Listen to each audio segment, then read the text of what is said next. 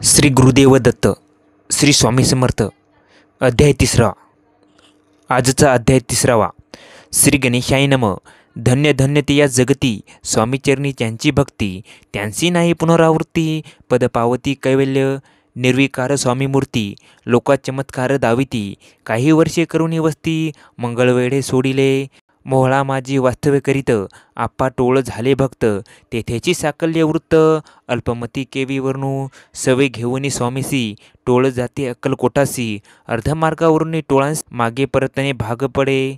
टोळ गेली या परतोनी, स्वामी चालले उठोनी. बहुत वर्जिले सेवेका, परिणस मानले त्या. तेथून या निघाले, अक्कलकोटाप्रती आले. ग्रामद्वारी बैसले, येती राज स्वच्छने. तेथे एक अविध होता, तो करी तयांची थट्टा. परी काही चमत्कारी पाहता, महासिद्ध समजला.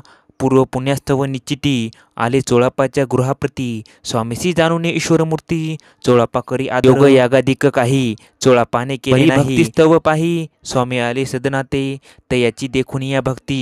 स्वामी तेथे भोजन करीती, तेव्हा चोळपाचे चित्ती.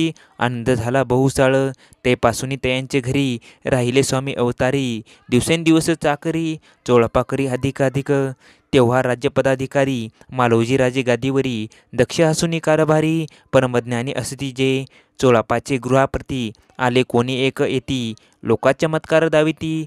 गावात मात पसरली, येती विख्यात पातले. वार्ता ऐसी एकुणी, राव बोलला कायवानी. गावात येती येऊनी, फार दिवस जाहले. लोकां माझी पसरली मात, रूपासी कळला वृत्तांत. जाऊन या नगरात भेटूतया येतीवर या. परी ते केवळ अंतर्ज्ञानी, ऐसी वार्ता ऐकली कानी. हे सत्य तरी येऊनी, आताच देती दर्शना.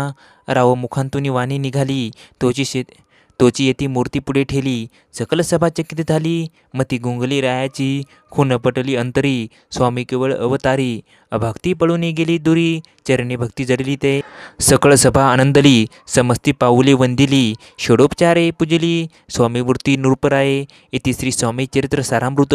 नाना प्राकृत कथा संमत, प्रेमळ भक्त परिसोत. तृतीय अध्याय गोढा. श्री स्वामी राजा पर्णमस्तु, श्रीरस्तु शिंब भवतु. इति श्री स्वामी चरित्र सारामृते. अक्कलकोट नगरा प्रवेशे. तृतीय अध्याय. श्री स्वामी समर्थ महाराज की जय.